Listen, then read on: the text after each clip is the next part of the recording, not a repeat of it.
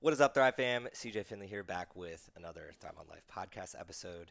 And today I have one of my best friends here in the ATX, Mr. Corey Lawson, Hey, hey, sitting hey. next to me. If you want to learn more about him, go back to episode 36, where you can hear more about his story and what he's been working on over the years. But today we're going to get a little bit more specific. It's something I've wanted to try for a while now.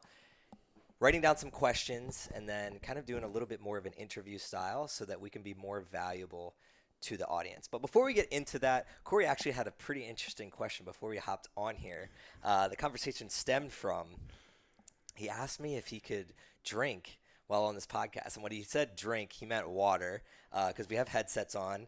And he was figuring out how to move the headset around to drink the water. But then we got into kind of a discussion of if you simulated your life 20 times over, 30 Right, times right. over, what different lifestyles would you have lived? And one of the lifestyles he mentioned for me is being some type of skateboarder or I'll let you. Yeah, yeah. Talk about. We see CJ now. He's this successful entrepreneur, and it's great, and he's clean cut, and we love it. But I'm like, is there a scenario out of those 20 where he's just this skateboarding kid, y'all tatted up? He's still an entrepreneur, but he launches a beer company. He's ripping shots every weekend.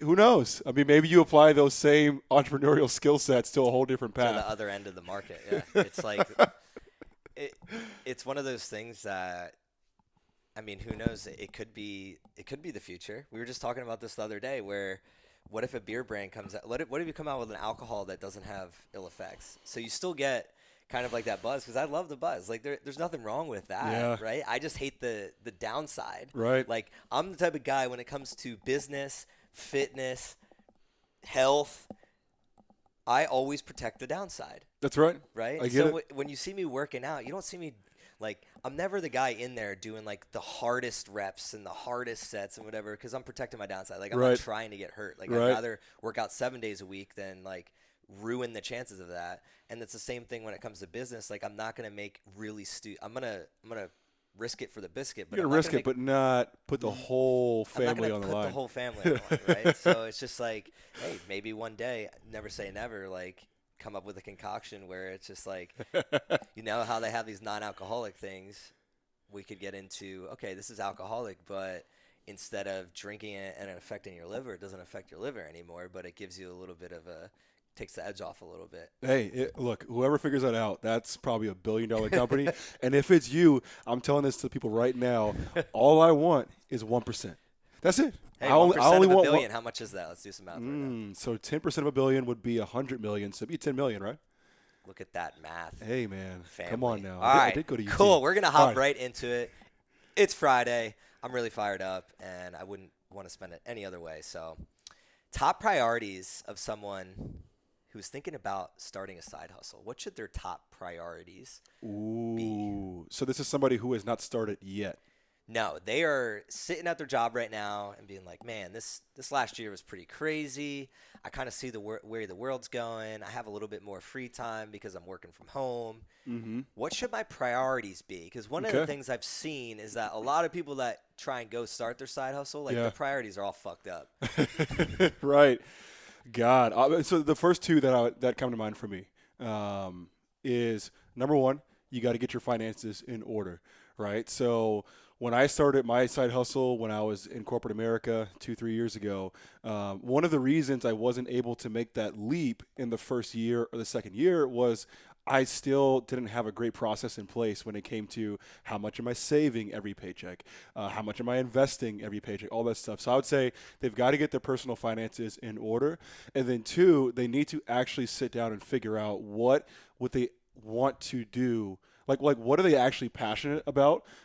Because I can just tell you from experience, when you work a 9 to 5 and then you're trying to pursue this side hustle after work, if you don't love what that side hustle is, you're just not going to pursue it the way you think you are. You're going to skip days. You're going to look up in 3 months and it's like, oh, remember that side hustle I started 3 months ago that I haven't worked on in 3 months? That's what's going to happen if you don't actually love the side business that you're creating. And I love how you ended there, because I'm gonna piggyback off that with side business, because at the end of the day, you can't do something you're passionate about that isn't gonna make you money. So it's Absolutely. just you have to find that passion, but the way that I interpret it is like getting obsessed with the process and being passionate about the process of something that you could create that could lead to $1. So Absolutely. for you, like you're in the fitness industry and people are always looking to get healthier, wealthier, and wise. So like you're in an industry that's never going to go away. So the fact that you can make $1 off it is also helpful when it comes to being Absolutely. passionate about it. Because there's a lot of blind people out there. And what I mean by blind is like they'll try and create art that nobody wants. Right. And even though you're passionate about Yep. it, if it doesn't make $1 at the end of the day, you're still going to be suffering just as much as if you were at that corporate job. So I love what you put there. And I'm going to add, I guess I listed these out as like Yeah. 1, 2, 3, 4. I'm going to add an A to this one as a second part of this question. Oh. You mentioned getting your finances in order. If you're somebody that doesn't know how to do that, what's your first step? Oh, wow. Honestly, the first thing I would say, so like my general opinion on personal finance is similar to my opinion on a lot of things when it comes to health and fitness, which is that a lot of people, if they just picked a plan and stuck to it, they would be pretty successful. And so I think a lot of people struggle with personal finances, even myself in the past, because if you don't have a plan or a system, you're going to lose, right? So, I mean, there's so many different approaches you can take. You can take the approach of what personal debt do I have in my life? And there's many different routes for attacking that debt. You could take the approach of maybe I want to build up a certain amount of savings before I leave my job. That's what I did. You can take the approach of investing. Like for me, I don't think it's so much about like what philosophy you pick so much as people need to not be indifferent and apathetic about their personal financing. And I think a lot of people who have a paycheck coming in are pretty apathetic, and that's why it's tough to get ahead. Whew, that's fire right there. Yeah, it's like you can't expect anything if you're not looking at it ever. So it's just like right. A bad plan is better than no plan. Bingo. And just to give like, if I was to say what is probably the one practical thing everyone can start doing, it's just get some kind of like budget tracking app to where when the month is over, you need to know how much money you spent and where it went. So if you do nothing else, that would help so many people if they can get a summary at the end of the month where it's like, I spent this much money on food, on rent, on travel, whatever it is, on groceries. Like that would be a great start for people. I use Personal Capital as an app for that, but there's plenty of apps that do the exact same thing. Awesome. I love it. Second question.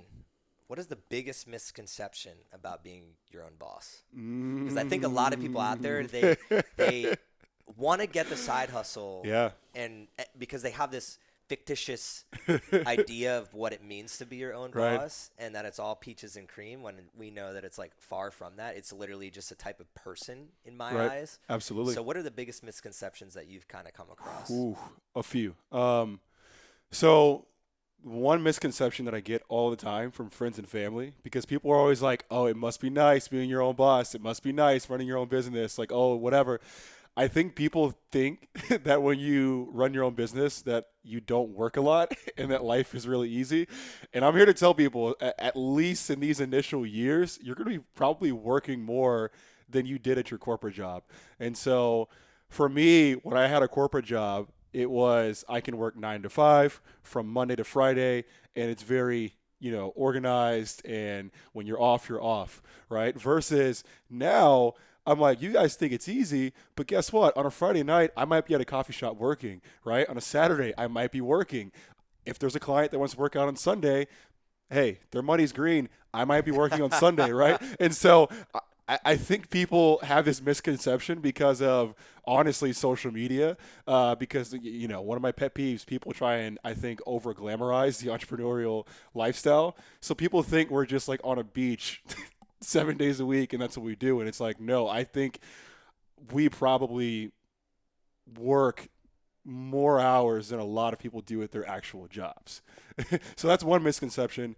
And the second misconception I would say as well, I think people look at the whole, hey, you get to create and craft your own schedule. And yes, to a degree you do. But again, I go back to the money is still green, right? And if it's your first year, like I remember like the first year that I was a full-time entrepreneur, and you're trying to make, you're trying to pay rent for the month. You're trying to make sure you have enough money coming in. Look, if there's a client who's like, hey, I want to work out at 7 a.m. 3 days a week, are you open to doing that? Do you want to wake up at 7 a.m. 3 days a week and be at the gym? Maybe not, but are you still going to take that client? You probably are. And so I think there's a little bit more market dynamics when it comes to what your schedule ends up being, especially when you're in these first couple of years of being your own boss. I love that. And I think for me, what it reminds me of is, this was actually an Ashton Kutcher quote. He said, I forget where he said it, but it's just like, it goes somewhere along the lines of for the first 5, 10, 20 years, like you have to be the first person in the room until you're the person that everybody's waiting on. And if you approach it like that, that's where you like find success. And then like the first person in the room, what I mean by that is, if you have to, just like you said, if you have to take those gigs that you don't necessarily want to do in the beginning just to make things work. And here's where the plan comes in, where you said having a poor plan is better than no plan. What I found in the past is that people never have a plan to get out of that 7 a.m. Yes. So it's like, okay, I'm going to do this for 6 months and then stack cash because I have this next part of the plan that then I'm going to execute on. Versus they just take the cash and then they get stuck. Then they start hating the side hustle. They're hating the business because they're like, man, I just traded the corporate world to work even more, and now I don't even have that freedom that I really ultimately wanted. And I think that's something that we all go through at some capacity until you start realizing, like, oh, if I have a plan, then I can start buying myself time. And that's the biggest thing that I think I learned going from the corporate world to entrepreneurship is entrepreneurs buy themselves time versus corporate people buy themselves alcohol, outings, events, cars, things that like we don't need. And then the entrepreneurs are always looking to buy more time because what do you do at that time? Figure out how to leverage it and make it more valuable over the long run. So yeah, I mean, and I would even add to that as well, because you see that a lot in my industry, right? Which is the coaching industry, the fitness industry. A lot of coaches will get stuck. They'll get trapped in this, like they took on one 5 a.m. client and then they took on the second one and the third one. And like, now that's your schedule now forever. Or even worse, there's some coaches who, hey, I'll drive out to your house and train you. And then maybe you can get away with that for one person, but then the second person wants to do that. The third person wants to do that. And it's like, now most of your workday is in the car, not generating any revenue. Right. And so I think there is this element of, you have to be able to step back and be like, okay, can I be strategic about, yes, okay, the short term, the cash is good in the short term, but is there a better way to get the same cash in the long term? And so like the example I will often use with other coaches is, I could have an in-person client who is higher ticket, pays me more money, but can I recreate that client in the aggregate? Can I have 2 online clients who together create the same amount of revenue as that in-person client? And those are the kind of questions you have to start asking to buy your time back. That is an amazing approach to it. Hell yeah. This I'm already fired up. This is going to be a great. Hey, I've learned from the best, so don't let this guy, don't let CJ be too humble here. He just dropped his course today, so I learned from the best. Hell yeah. Hey, strive together, thrive together. Say it all the time. Cool. I like this question. Hardest decisions you've had to make thus far in your journey? Oof, this is tough. One of the tough ones, I'm just going to give the first one that comes to mind, is, so like in my family, I'm the oldest sibling, right? And so I'm the oldest sibling.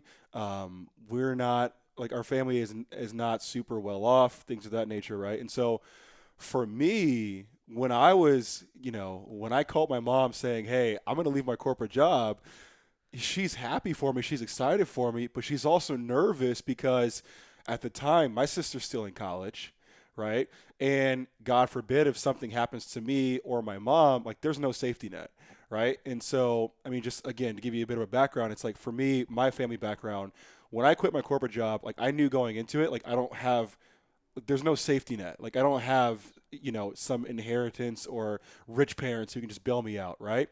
And so then you flip that on its head, and my mom's sitting there like, hey, like, when you were in that corporate job, our family was pretty safe until your sister gets out of college, because if emergency strikes, I could be the one, I could be the one to, like, help us out, right? And so when I took that risk to be like, you know what, I'm going to give away this consistent corporate paycheck and this income, it kind of put our family in a situation to where it was like, okay, if emergency strikes in this 2-3 year period, we're screwed. And so that was something that we went back and forth on, like, for probably a year, you know. And if my mom's listening, she'll laugh because she's very, you know, she favors safety across decisions. And She wants to protect her boy. She wants she wants the safest route. And for the first year, for the first year of, hey mom, I think I'm going to do this full time, she was like, I don't know if you should do this. I don't know if you should do this. Most businesses fail. 80% fail. I don't know if you should do this. And that was tough because I had to be strong and be like, look, everyone thinks I'm crazy. I'm going to bet on me. And here's a flip side to that. Yeah. It's just like, you mentioned an emergency, but like, in an emergency, you want to be somebody that can make money out of thin air. Agreed. And at a corporate job, you can't do that. No. So if a corporate job lays you off tomorrow and you're in an emergency, then it's like, oh, what do I do? Versus now that you know how to make money, it's just like, use 24 hours. Like, literally, if you have to work 24 hours straight do it. to find a client or to make money or to release a product, you can do it. Do it. And then on the other flip side of that is like, luckily we live in a day and an age where it's like Uber and That's Lyft right. and Absolutely. like, pick up a part-time job. Do like DoorDash. There's so many things that you can absolutely. do that just to make some quick cash, and then also be building your thing on the side within a quick time frame. So it's one of those things that we just live in this new age where to have the understanding of that, you kind of there's have more to opportunity than ever to generate cash. Yeah. Ever. Now, sustainable. Maybe not. That's. But get yourself out of a pinch. Yeah. Hell, I've been there. And something I told my mom, and I tell this story all the time, is when I was in corporate America, because people think entrepreneurship is super risky, and yes, it is risky. But my rebuttal is always, every path is risky. When I was in corporate America, my final year with the company, we had 3 different rounds of corporate layoffs. So 3 different times while I'm thinking about, should I quit my job? 3 different times we walk into the office and it's like, I had coworkers who were in their 40s, their 50s, and for no fault of their own, hey, you know, we're cutting headcount. We have to lay people off. And so I sit there and I'm like, wait a second, as a full-time entrepreneur, I've never had all my clients fire me at one time, but if your primary income is your job, you can lose that job tomorrow. And so it just depends on how you look at risk. To me, that's more risky. You know, that's more risky to be like 100% of my income can evaporate. Because it's out of your control at that point. It's out of your control. And that's the other thing that is Bingo. Just like being at a corporate job is like gambling. It's like gambling. Because I agree. No matter what, like, this is how I look at it. Is like, you go into gamble, right? You're gonna win some money. Mm-hmm. Like, you're gonna put your money in the 401k and you're gonna do whatever. Yeah. But the house always wins. Yeah. That corporate job's taking your health, taking your sanity, taking time away firsthand. from your family. That's like, right. The house always fucking wins, right? But in entrepreneurship, a lot of it is just time. If you stick through it, and then you are, I think, able to reduce your ego. And like, I love your response to like the hardest decision has nothing to do with business and more to do with it's personal. Yep. Yep. And those are the biggest things that trip people up, is like, if you can reduce your ego and fix the personal side of like how you're feeling, your business is then going to do that much better. So I love how you answered that. Let's pretend like past 3 years, 4 years for you got wiped away. Like, you're starting brand new today. You're walking in here. Yeah. Being like, yeah, I'm going to like start something. I'm going to take over the world. I'm going to take over the world. How would you go about attracting your first clients and customers? Now, granted, with this question, you do know what you do know today. Okay. So you're not starting fresh in the knowledge standpoint. You know what you know today, but wipe claw away and say you were starting a new business tomorrow. How would you go about attracting your first clients? Because I think the other thing that people don't understand is they don't understand how to attract money. Mm-hmm.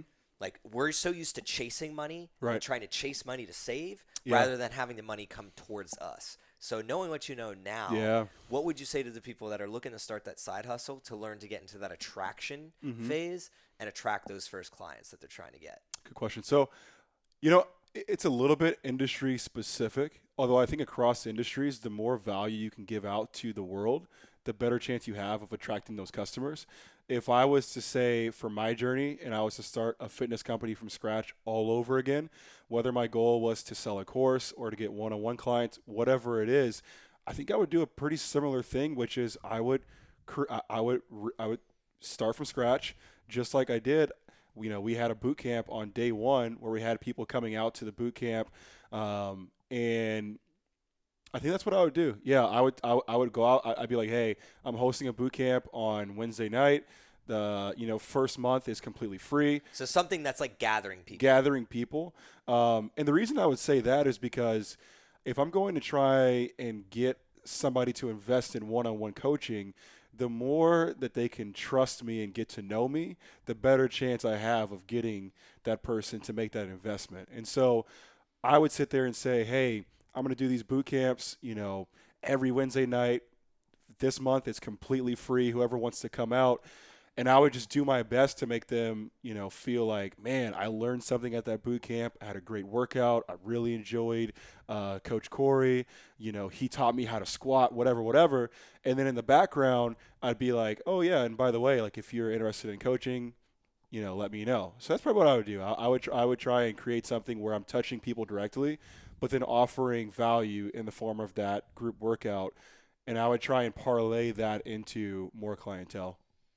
Yeah, so parlaying this into any other type of business, ultimately, like what I think about is what you're doing then is having like some type of call to action to attract or target customer. Yep. And then at the end of the day,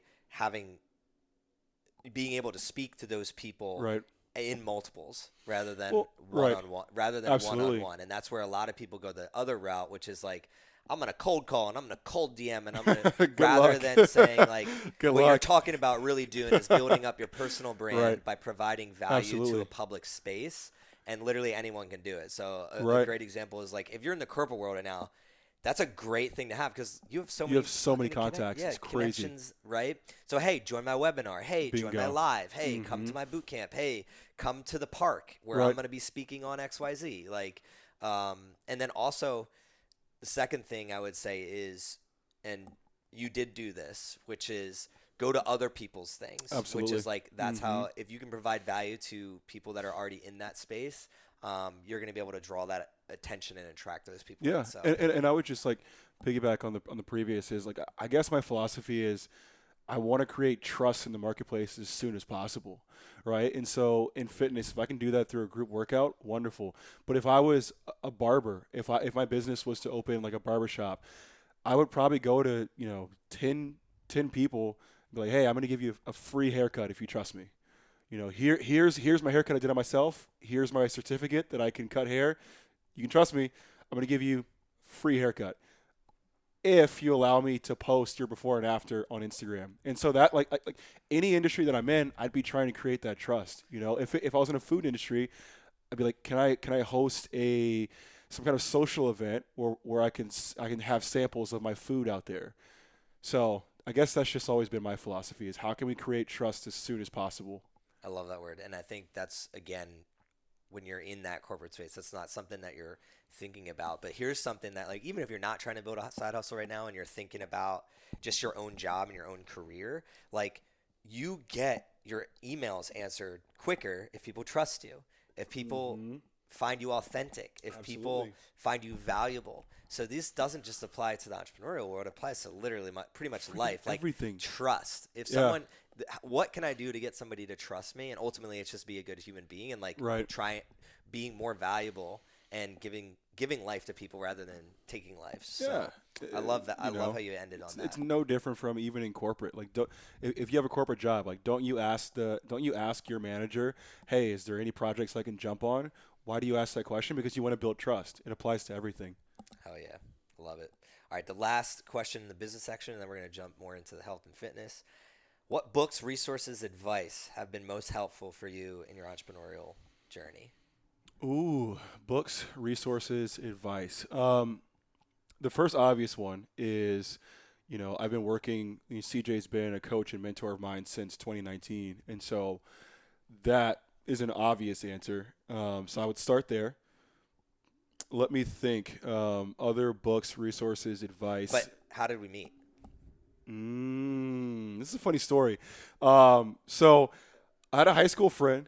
Her name is Haley. We were friends in high school, and then you go off to college. You separate paths. I hadn't talked to her since high school. She stumbled across my fitness page out of the blue, and she sends me Where was your fitness page? Instagram. Okay, there you go. So that's a resource. That's where I'm getting at. Right Okay, my bad. So Instagram, right? So I guess the answer, social media, was a big help for me. She stumbled across my fitness page, and that's when she was like, "Hey, I love the stuff I love your content, whatever. This guy CJ helped me with my business. You should reach out to him." And that's when I wish I could say that I immediately reached out to CJ, but my ego was too big, and I was like, "Man, who is this guy? I don't need help. I'm gonna do this my way. I don't know who this guy is. I don't need help. I don't need help. Knowing how to coach people." And so it wasn't until my business account got shut down. I'll never forget. My bank account. Yeah. So I was outside of the gym. It was raining. It was nighttime. My business bank account got shut down. On top of that, I was blowing my corporate money, spending like an idiot. So I didn't have much money in my personal account either. And then at the same time, I had like 2 clients total after 6 months of trying to build this business, quote unquote, 2 clients. How many do you have now? 18 right now. But then I had 2 clients, and that's when I said, you know what? This is about as close to rock bottom as I'm willing to go. and that's why I shot CJ a DM and said, look, let's get some lunch and talk about business because I need help.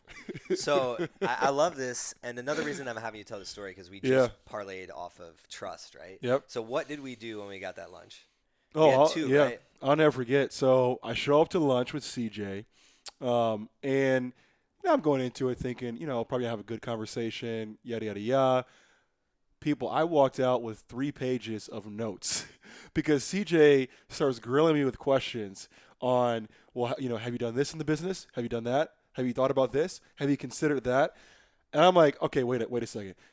I had to bring out my own piece of paper and a pen because this is way more knowledge than I was expecting to get. I walked out with 3 pages of notes, and CJ never even asked for the sale. Like I reached out to CJ and I was like, okay, so now what do we do? Like, I was like, now what do we do? And he was like, let's jump on a phone call and talk more business.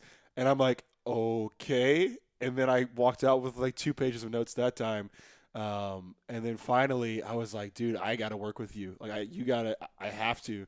And that's where it went. But to the previous point, like you just built so much trust that you could have asked me for any price, and I probably would have found a way to say yeah. And the cool thing about it is the reason that I did that, because I'll tell it from my end, is because when you are looking to get clients, because that was one of the questions attracting. Yep. Is like you only like one thing you learn early on in the side hustle is that like there's some clients you want to fire. Oh yes. Right? And like once you've tasted that, no offense, but oh yes. Yeah. like, and you can't and there's certain parts of your business like you're just like, damn, like I need this cash, so like I got to ride this out. Right? Absolutely. But as soon as you get to a point of leverage where like at that point like I didn't need to work with you. Mm-hmm. I already had kind of a good setup, so it's just like I love what I do, and then so I'm willing to take 1, 2, 3 meetings, and if that person really wants to work with me and I find it to be a good fit, that's where we go from there. And fortunately, it was awesome, and I just saw you just have a tenacity. So it's pretty cool to see where it's gone and where we're sitting right now. But I don't want to get us off track of the question of the resources. Yeah, other but resources. The resources, like just to outline that for the listeners, so you can go into more. Is Corey was on social media, and even though like your shit was ass compared to like what it is now, like your content. And I actually, that's a compliment because another reason that I was excited to work with you was you weren't afraid to put stuff out there. Yes. No matter like your resources. Like you didn't have the nicest phone. You didn't have the nicest GoPro. You had no gear. Like you were that's, to me, as an investor, entrepreneur, coach, I wanted to see somebody that's willing to do whatever it takes without the resources. Because we can go get resources. Right. We can get money. We can get help. I can't teach you that tenacity and grit. So, like, you had that. And to the resource standpoint of the person out there right now is like, people will say, oh, I don't have anything, or I don't have the money, or I don't have – like, dude, you got a phone. You got everything that you freaking need right now. And Corey was the proof of that, because it's like social media, Google, PowerPoints, webinars, whatever. Like, you have the resources to start attracting those. But other than that, to connect us, what would you say is some other maybe books or courses or things that you've learned over the time frame? I love books. Like, as far as like how do I learn things, I learn a lot more from books than say like YouTube videos or courses. So one book that was really helpful was The One Thing by Gary Keller, because when I was early in my side hustle and then entrepreneurial journey, you know, you make these to-do lists of like 10, 20 different things that I want to get done for the business. And being human, the day ends, I would look up and I'm like, man, I did 8 different things, but I didn't do the 3 most important things for my business, right? And so that book, it kind of shaped my philosophy to be like, okay, before you start working for the day, understand what's the most important thing that I need to do today to push the needle forward for my business, right? So it kind of gave me that it refined my workflow. So I really liked that book a lot. You know, the classic Tim Ferriss 4-Hour Work Week was very helpful as well. And then Traction was a book that was very helpful for me as well. So, those are the first 3 coming to mind. Awesome. Yeah, I love all 3 of those. I remember I picked up The One Thing in an airport. And that helped me a lot, because I tend to work on a lot of different projects with a lot of different people. And it helped me kind of dial into like the number one problem for like all entrepreneurs is figuring out what that one thing is, but also I think being patient with figuring out what that one thing is. Because I think we all know we like have to get to this one area. And we were talking about this before the podcast, where I'm finally figuring out my flow of like, who do I want to work with? What space do I want to be in? Like, what do I want my legacy to be? That just takes years. And like the fact is we have to not put that pressure on ourselves and be impatient and then like be like, I'm going to do all these tasks, when in the reality is just like, just keep being consistent and you'll eventually find it. So cool. Next part of this podcast, we're doing 2 sections here. We just finished the business portion. 2 for 1. But you are in the health and fitness space. So I wanted to kind of like get a 2-parter going where we ask you some questions around there.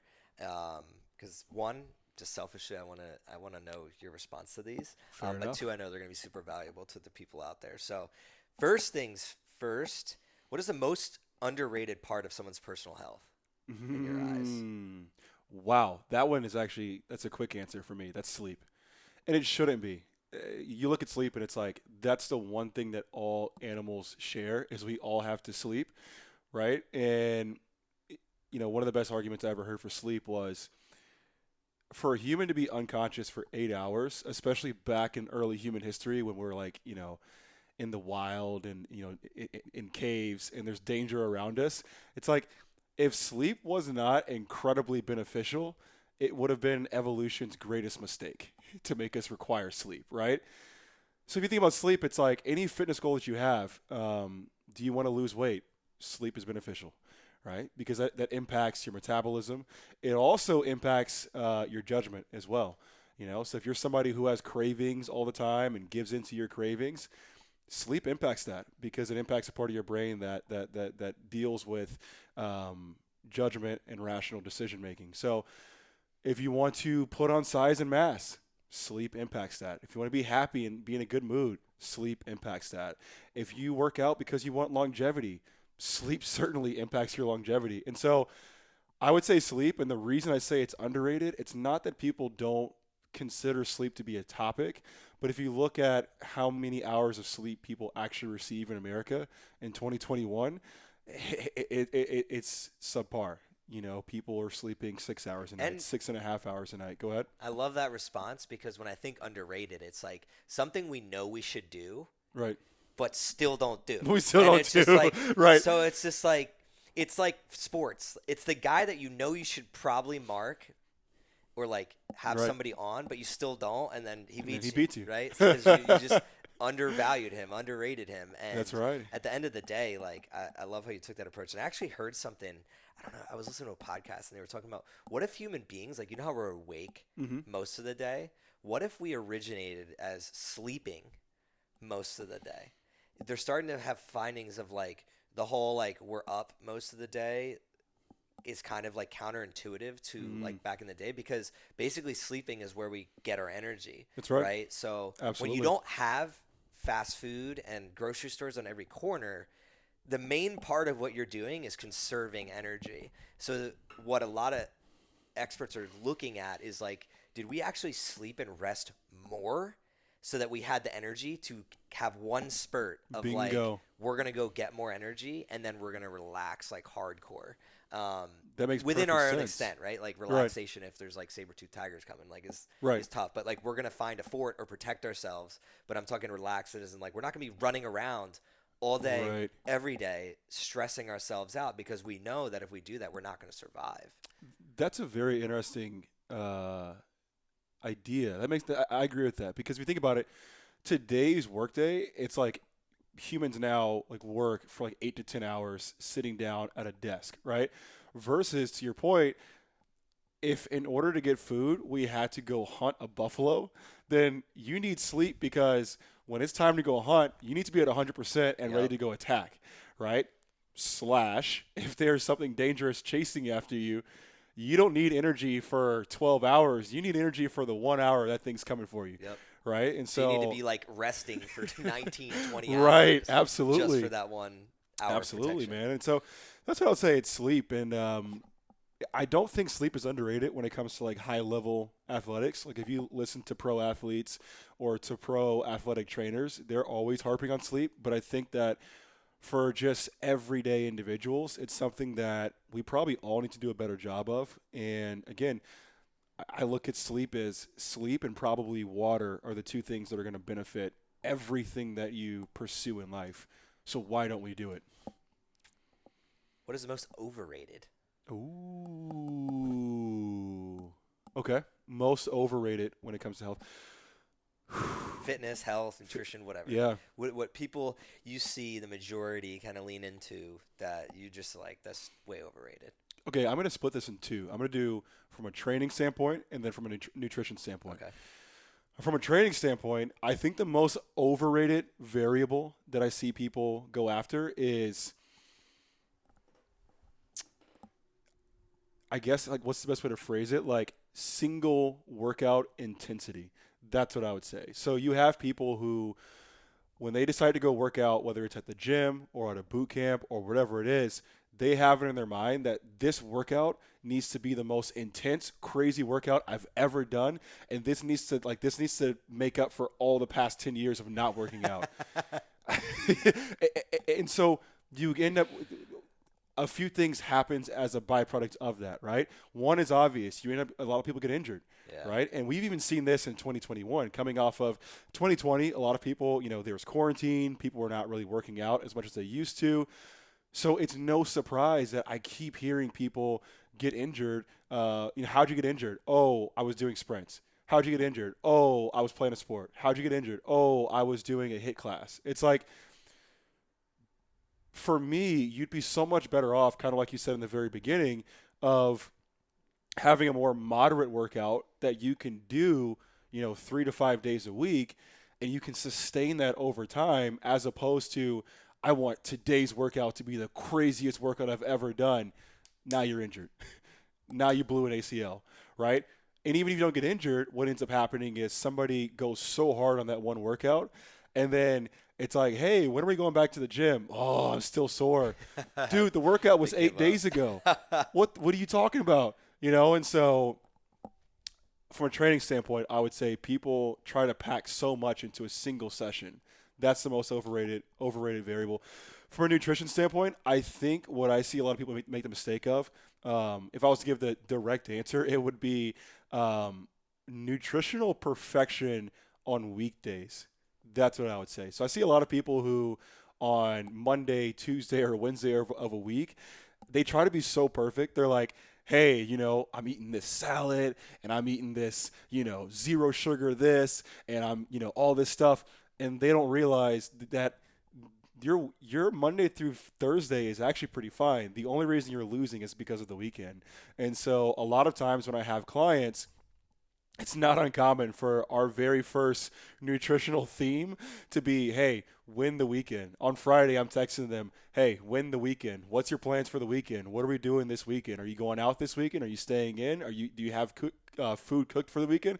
So that's what I would say is just like people, they try to be so perfect during the week, and then on the weekend it's like, all right, now I'm going to stay up until 4 a.m. and drink 10 beers, and I'm going to get food truck food and wake up at 8 a.m. the next day, and I'm going to wonder why I'm not losing weight. I didn't expect any of those answers, which is great because this is like new content for me. Like, Yeah. I 100% agree with both, and it relates back to the business side of things where you're talking about when you say win the weekend. What is the one thing? Bingo. Like the one thing that's holding you back is the weekend. Bingo. It's not the weekdays. No. So it's cool how this is all correlating, but yeah, that makes 100%. And I think that's where, when I think about my own health and wellness journey, like the one thing that I have been really good about is like I don't like the weekend doesn't mean I gorge. Bingo. I've never been Bingo. like that. It's kind of just been in moderation all the time. Like if I want something special on a Monday, like I'm gonna do it. Like I don't care. Mhm. But it doesn't mean like I don't judge it based on the day of the week. It's just everything in moderation and making sure that I can control myself and be disciplined no matter what day of the week it is. And I think that's what Right. people struggle with is on the weekend. And that's really the one thing. And it's funny because like when I used to train clients, kind of the thing that I would tell them is just like, okay, most people don't drink during the week. Like most of the people Right. that are kind of with it don't drink during the week. Right. They only drink on the weekends. So like my challenge would always be like, okay, if you're averaging 10 drinks a weekend, just drink 5. Bingo. Because that's like, Bingo. think about that. Over Mhm. 4 weeks, that's 20 less drinks a The month. compound effect of saving 5 drinks a week. Multiply that by a month, by a year, by 10 years. That's 30 pounds of fat That can right there. change. Yes, it is. Like, if you calculated that out, that's what most people don't understand. You could change a lot of lives if people even scaled back 5 drinks a week. Yeah. Even that amount would change a lot of lives. And you replace that with water and sleep. Just like you said Absolutely. earlier. Boom. There you go. Life changing. All right. Question 3. In your opinion, why does the majority of our society struggle with health? We all know it's all over, especially It's all around, now. It's yeah, the all over the information's out there. freaking news. But why do people still struggle with it? Yeah. All the information's there. Yeah. This is going to upset some people. I think that I'm going to speak to my generation first and then extrapolate that to everyone else. Like I think in the modern age, let's just say we've developed some lazy tendencies, some entitled tendencies. We've developed some I want things right now, quick fix tendencies. Like I think that a lot of the old philosophies of, you need to get up and do something and actually work and put work in if you want to achieve something. I think we're losing a bit of that. And I think some of that is also just due to like entertainment and distraction has never been as accessible as it is today. Right. And so now we've created this society where, sure, a person works really hard 9 to 5, but then you get home at 6 p.m., like you feel like you deserve to sit on the couch and you deserve to eat some ice cream and you deserve to order DoorDash and have, a restaurant deliver food to you. And so if I was to boil it down to one thing, I think we've developed just a lot of bad habits that extend well beyond health and wellness. That's what I would say. I think we've just developed this convenient, maybe that's the word. We've developed a society that's so based on convenience. I need to have entertainment at my fingertips. If I want to eat food, it needs to be delivered to my door right now, or within 30 minutes. If I want groceries, they need to be delivered to my doorstep.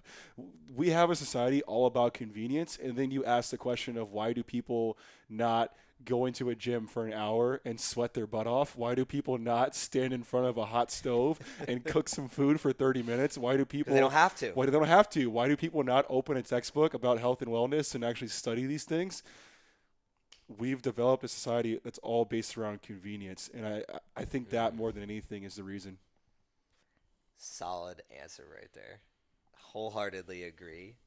And if you're to dial back into, 50 years ago, like the demographic of, when I mean health, like the amount of cancer, heart disease, obesity was significantly different. Absolutely. It's disproportionately greater in today's day and age, and I do think it stems from, dude, convenience stores. Convenience stores, Jesus. The word is right there. Like the word is in the word. Yeah, it's in the name. It's right there. Like convenience stores, you have literally apps that'll go to a convenience store now. Yeah. So you could go to a convenience store back in the day, but at least you had to get in your car and go there. You had to get off your now. butt You and don't go. even have to go anywhere. You had to get up and go. Exactly. But nobody can do the workout for you. Nobody. And I tell that to every client, especially my successful clients. They're like, oh my God, you changed my life, yada, yada, yada. And I'm like, yes, I understand that. But remember, I did not lift the barbell for you. I did not cook the food for you. I did not make your decision to stay in on a Friday night as opposed to going out.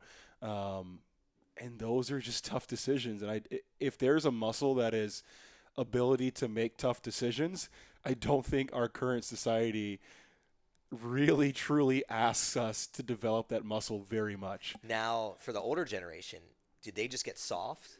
Is that what happened? Yeah, that's a very good question. Because they grew up in a time where like the convenience wasn't there. Right. I think that's part of it. And I think that a lot of these distractions we talk about and a lot of this convenient things, they're not confined to our generation, right? So a person who's 55, they can order DoorDash if they want to. They can use Facebook if they want to. They can watch Netflix if they want to. So they have access to all these same exact convenient things. And they also have disposable income. And they have disposable income. They also have more motive because say you're a family with kids. Do I want to cook and clean up and do all this stuff, or do I just want to order? Right. Because it's easier because I got these kids complaining and roughhousing and doing whatever. Right. So it's just like, and it's cool that we're going through this. I never actually thought that deeply into the convenience factor. I think convenience factor is a really big one. And then I just go back to I call it entitlement, but it's just the feeling of I did X and therefore I deserve Y. It's like I worked all day and therefore I deserve to be on this couch. And so people don't even realize that, like, they don't, you worked on a computer, and there's other big difference. Right. Yes. The amount of people working on computers sitting at a desk all day compared to even just 20 years ago. Right. Think about back then, like you literally were faxing things. So even that little thing that you had to get up to go put somewhere. You had to get off your butt. You had to get off your. There should be a thing of a tracker of how many times you have to get off your butt in 1970 versus now. Today. I mean, even think about it. What was that device? Was it the they used to count your steps before the Fitbit? Was it the not predominant? What was it? Whatever it was. People used to either wear it on your wrist or on your ankle, whatever, and it would count your steps. Just even think about to that. If you ran that experiment somehow, I would imagine a decade ago, before we had all this stuff, even at work, right? It's like you walk into the office. If you want to go talk to your manager, you probably have to get out of the chair, walk over to their desk, and go talk to them because there's not Skype IM where I'm just going to shoot them an IM, right? And even talking on the phone burns more and right, it burns more, right? IM. If you want to get water, I mean, now even though I love having a big gallon water jug, but think back, maybe at your first job when you had a little plastic styrofoam, little plastic styrofoam. So every refill, you have to get off your butt, walk to the water fountain, and then go get that water, right? You get off of work, and it's like, I need to get groceries. All right, I'm going into the car. walking to the car. I'm walking to the walk around grocery store, store. walking all throughout the grocery And store. they didn't have as many fast, quick things that you could cook. Absolutely. Yeah. And so it's it's those all sound like very small things, but when you compound them over the course of days, weeks, months, years, decades, all of that extra activity adds up. a lot to take in right there. So basically, what we're saying is, if you want to get more healthy, live as if you were in like the 1950s. Yeah, I mean, and I would argue you're going to be happier Cook your too own if you're food, if you're not staring at your phone all walk. day. You're going to be happier Yeah. anyway as well. And so, yeah, absolutely. Heck yeah. All right, we got 2 more questions. Then we're going to wrap it up. If someone could do 3 things today to immediately improve their health, what would it be? Now, what I'm going to do right now is I'm going to take out the sleep and water, which we Yep. already hit on. Mhm. So besides the sleep and the water, what are 3 things? Now let me ask this question: are we framing this question as this is 3 things they're doing today in a singular day, or these are 3 changes that they're going to make and sustain going forward? Which answer and question do you think is more valuable to Ooh, listeners? fine. Probably the latter. Okay. Let's roll Probably the with latter. that. So 3 changes that they're going to make. Okay. First one I would probably throw out is stop drinking your calories. Now, someone's going to hear that and say, I've got to have my weekends, da, da, da. But like we said earlier, if you're drinking 15 beers a weekend, even if you reduce that to 5 beers a weekend, and then instead of having soda at dinner, you have water instead, if people just stop drinking their calories, people will lose a lot of weight and be a lot healthier and have a lot less toxins going into their body. And I think that's so simple. That one is simple enough that anybody, no matter how much income you have or don't have, no matter where you live, if I just said, stop drinking your calories, you can execute on that. That's probably the first one I would say. The second thing I would throw in there is, and I'm assuming this is a person who's coming basically from ground zero. They don't really exercise very much. They don't really do much for their health. So even if this person just committed to, hey, twice a week, I'm going to do a strength-based full body workout 2 times a week. Again, I truly believe anybody can commit to making that happen, right? Like when I have a client coming in and I know they're from ground zero, I don't try to get them to commit to working out 5 days a week, right? I as a coach try to figure out, okay, can you give me 2 days? If you can give me 2 days, what are the most valuable movements, exercises that we can squeeze into those 2 days? So I would have them stop drinking their calories, and then I would have them commit to 2 strength-based workouts per week. And then what is the third one? This will be there's so many. The problem is there's like a million. Yeah, there's a million a lot of answers. choices. It's hard to narrow down. It's so difficult to narrow this But down. I mean, you're spot on with these questions. So we'll give you a couple seconds here. Let me think. And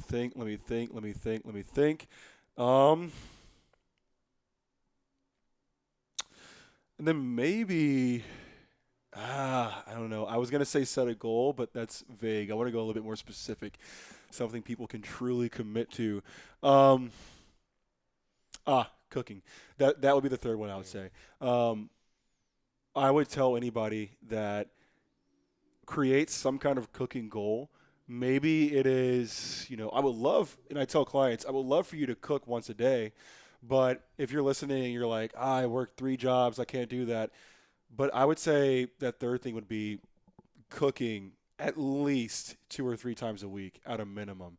And so that would be my 3 is stop drinking your calories, commit to doing 2 strength-based workouts a week, right? Whatever days you choose to do them, whatever fits your schedule.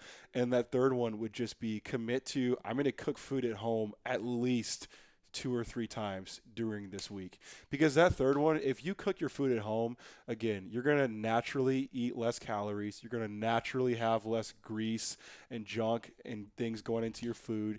You're going to have more awareness of what actually goes into your food. And you're probably going to have better ingredients than whatever you might be getting at insert restaurant here. You're also going to save money because if you're eating out, I mean, people always say like it's expensive to eat healthy.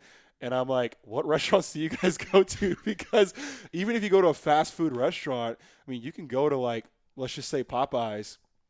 And if you get like a 3-piece or a 4-piece combo meal, it's going to cost you like $9.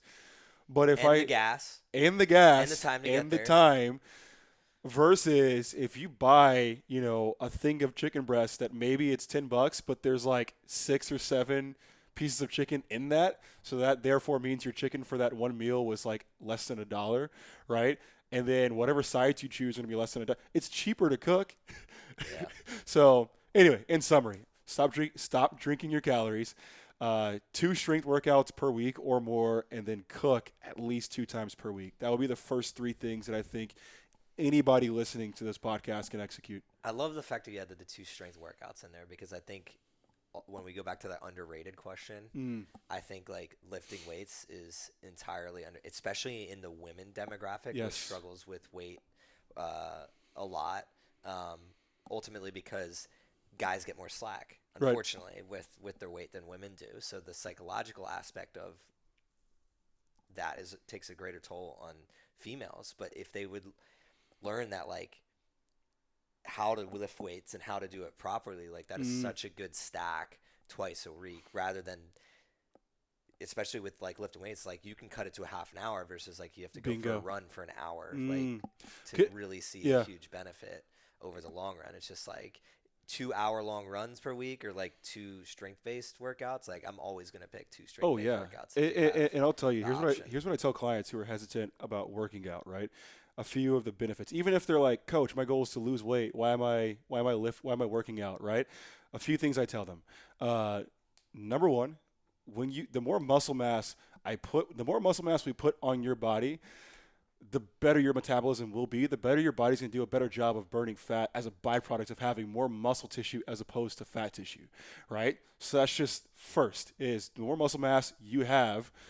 This is how I tell, the way I phrase it to clients is I say, the more muscle mass we put on your body, the more we can get away with on the food side.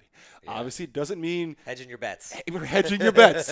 We still want you to be disciplined on the food side, but we have a bit more leeway because of your muscle mass, right? Yeah. The second thing I always say too is I'm like, well, why do you like to run? Oh, because I burn calories. That's going to help me lose weight, right? I've had clients who they wear the different, whether it's the Fitbit, the Apple Watch, they track their calories burned. You go track your calories burned during a true strength workout where you're actually progressively overloading. You're actually pushing yourself to lift. Yes, your heart rate goes up, and you actually end up burning a lot of calories. I had a client literally today who, when we first started working together, he was like, man, I only like HIIT workouts. So I have him doing these strength workouts, and he's tracking his heart rate on his device, and he's like, oh my God, my heart rate went to like the 170s, man, it's crazy. And he's like, I burned 700 calories during this strength workout. I'm like, yes, because your body is having to overcome this external force. And then it also has to burn after the math. It burns versus after like the when fact. you're running, you're done, and then after the fact, like our buddy Harrison here, I was just teaching him some pyramid workouts for the chest, and he's like 5 days in, he's like still sore. Still sore. And if you're still sore, your body's burning calories to compensate. So and then it doesn't happen when you run. The last thing I add to that as well is I ask clients all the time, especially with my new clients, I'm like, okay, what's your goal? Well, I want to lose weight. Is that your goal? So if you lose 10 pounds and look the same, are you happy? No, I actually really kind of, I want my body to look a certain way, whatever. So what I tell clients is, sure, if the only goal is just to lose weight, go run a marathon and don't eat. You'll lose some weight, right? But most people have an ideal physique they're going for, and what I get clients to understand, the more muscle we put on your body, the quicker you're going to get to that ideal physique, And so if you're a woman and understanding the true want. Because, I feel like I can speak freely because I coach people in and this nobody regard, wants to say that. Like this is nobody wants thing. to say. Nobody wants to say, I really want to look good. I really want to People look don't want to own it, but here's the thing. When they get with you one-on-one in a phone call and they're not surrounded by their peers, people are willing to say it. Men are, people are willing to say, look, I want to have guns. I want my girlfriend to see my arms and be impressed. I've had ladies get on calls and say, hey, between us, I want to grow my butt. I want to grow my butt and my hamstrings. Okay, cool. We can do that, right? My point is most people have certain muscles they care most about, and you're not just trying to lose weight. There's a certain physique that you are trying to achieve, which and is I'm fine. pretty And sure I'm that glad you impacts brought this up. muscle. I'm Yeah. glad you brought this up because there's such a negative connotation around like just loving everything about like Oh. yes, care enough about yourself where it's just like for me, for instance, I've loved myself almost my entire life. Like yes, were there periods of my life where I was just like upset with myself for letting myself do certain things and be a certain way and wasn't as confident, 100%. But we're talking specifically here of just like having a goal of like, and I look at it as more so of reaching your potential as a human being, of like a good something for me is like I've always had skinnier legs versus like trying to like really build my legs up through endurance training and strength training so that my legs are powerful and that Bingo. one, they look powerful, but two, they actually are powerful. And can I I could use them. And can I piggyback? Yeah. My observation, I'm not a psychologist, but the happiest people in my life have goals. Oof. The happiest people in my life have goals, whether it's health goals, financial goals, business goals, family. I don't care what your goal is. The happiest people I know have goals that they are chasing after every single day, no matter what social media tells you. To finish that sentence, no matter what color you are, age you are, bingo, demographic you are, everybody likes to score. Everybody likes to score. Or hit a home run. That's right. So it's like that's everyone right. on earth. And having a goal. To get there, you have to understand what that goal and that net or that basket looks like. Bingo. It doesn't mean you have to hate who you are now. You love who you are now. I tell every client on day one, you better love yourself right now, but you still have a goal. Hell yeah. I love that. Last question. Man, this has been such a good conversation. And now I'm fired up because I'm about to work out after this. So this is going to be good. What are most trainers and coaches doing wrong, in your opinion? And I wanted to end on this question because I see a lot. I mean, there's a lot of stuff that's a lot of stuff that I'm like, what are you doing, bro? What is you doing? What is that? That's like that. Okay. Mean? Like, what are you doing? My answer to that question, I think it kind of, it relates back to like what is your goal in business, right? In my opinion, what I see a lot of coaches and trainers doing wrong is when you look at whether it's their website, their social media page, or anything, it's all just about them, right? So I go to a coach's page. Look, I'm a coach, but also if I was a consumer looking for a coach, if I went to your page, I want to see your clients. Like I want to see who you've worked with, how you've helped these people. I want to know about your clients before I want to know about you. And I look at a lot of coaches and it's like, here's my six pack. Here's me flexing in the mirror. Here's my selfie. Here's my this. And I'm like, I just find it hard to believe that somebody's looking at that and thinking, wow, this is the person that I want to invest a lot of money in to manage my fitness journey. And so to me, that's the biggest mistake is I think a lot of coaches should do a little bit less of ego, me, look at my abs, look at my arms, look how buff I am, and do just a little bit more of, hey, here's Susie who I helped, and here's her story. Hey, here's Chris who I helped, here's his story. I talked about this a lot on an episode of of this podcast with James Quigley. I don't know what number episode it was, but we were talking about producing content for the wrong target market. So like that person that's showing the abs and the guns or whatever is really producing content to show off to other coaches of how in shape they are or stuff like that, or trying to get modeling gigs or whatever. But understand that like your clients, like they have a certain picture in mind of like who they want to be, what transformation they want to make. And if you've worked with a person that has a similar transformation, like you're going to ultimately connect with that consumer. So I absolutely love that response. And I think it's spot on, just like a lot of the other answers were. But as we get the wrapping up here, how do people get in contact with you these days? Absolutely. A few different options. So Instagram is probably where I'm the most active. So it is at Coach Corey Lawson. So Coach Corey is with an E, Corey. So at Coach Corey Lawson. And or the business Instagram is at Claw Athletics. You can go to our website, clawathletics.com. That is CLAW and then athletics.com. If you want, you can email me, Corey Lawson at clawathletics.com. So I would say those are the best places to reach me. If you're somebody who loves Twitter, again, it's at Coach Corey Lawson. It's the same at name. So, but I would say most active is Instagram, and it's at Coach Corey Lawson or at Claw Athletics, and or go to the website, clawathletics.com. And then finally, I would say if you are local in Austin, Texas, we are hosting boot camps every Monday, every Wednesday, 7 p.m. Monday night is Zilker Park. Wednesday night, Auditorium Shores. Your first session is free. So if you just want to come pull up on us, your first session's free. Love it. Definitely recommend going out to the boot camps. It's an awesome time. You're going to meet some awesome people, and then get some wisdom from yours truly, Corey Lawson here. Last question we always ask everybody, and I don't think I asked you this last time on the podcast because I don't think I started it, but what does thriving mean to you? What does it mean to thrive? Ooh. Take a couple seconds here. Just whatever comes to mind.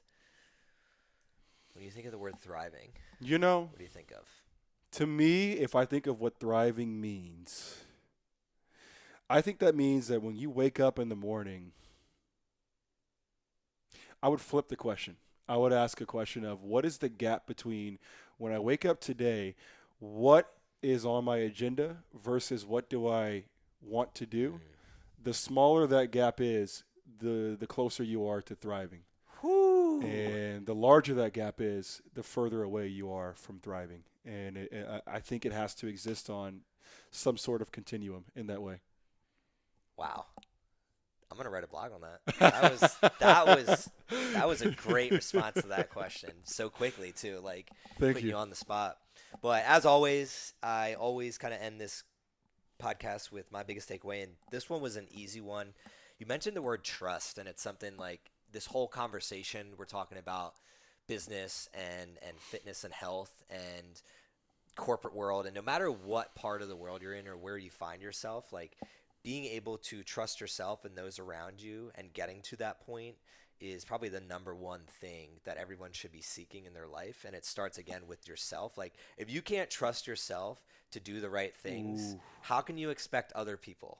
That's the big problem we have in this world is there's a lot of people talking shit, but they don't back it up and they don't walk the walk. So it's just like, be the person that people can trust by actually walking the walk. And a lot of times this is like taking some hits and failing and like licking your wounds and saying, I fucked up. And that's really ultimately how you gain trust is like, I gain trust in people when they're like, my bad. Bingo. I was wrong. Accountability. And I'm learning how to do this even more so. And because it's not easy for me. So it's just like going back on things that I've said and been like, that was wrong. I don't mean to do that because I'm ultimately trying to trust myself more by saying, you know what, like I made a mistake in that environment or in that conversation or doing that. And therefore I can be seen as somebody that is more trustworthy with my word, with my actions, with everything that I'm doing. So that was a huge takeaway for me. Is there anything you want to say before we wrap up here? I was just going to piggyback that when you say, trust is built by walking the walk. I had a football coach who used to say, fellas, it's tough to trust a guy who hasn't worked as hard as you have. And he used to say that to us all the time. And so we knew when it was time to do the workout or to study film or whatever, we knew, hey, if I want my teammates if I want my teammate to trust me, if I want them to throw me the football, if I want to be a starter, a captain, it's tough to trust a guy who hasn't worked as hard as you have. It's life. I love it. We're going to end there. It was an absolute pleasure having you on here today, and I'm super excited to get this content out into the world. Yes. Anybody that's listening, thank you. I love you. As always, the best way that you can help this podcast and our brand grow is if you're listening on Apple, please go rate and review. On other platforms, please share it with friends, family, or whoever you think could benefit from this. And then contact me with any ideas, thoughts, people you think should be on this podcast, ways that I can improve. I'm always down to chat and would love to help you get to your next level and thrive on life. So until next time, this is CJ Finley with the Thrive on Life podcast. Thrive on, y'all.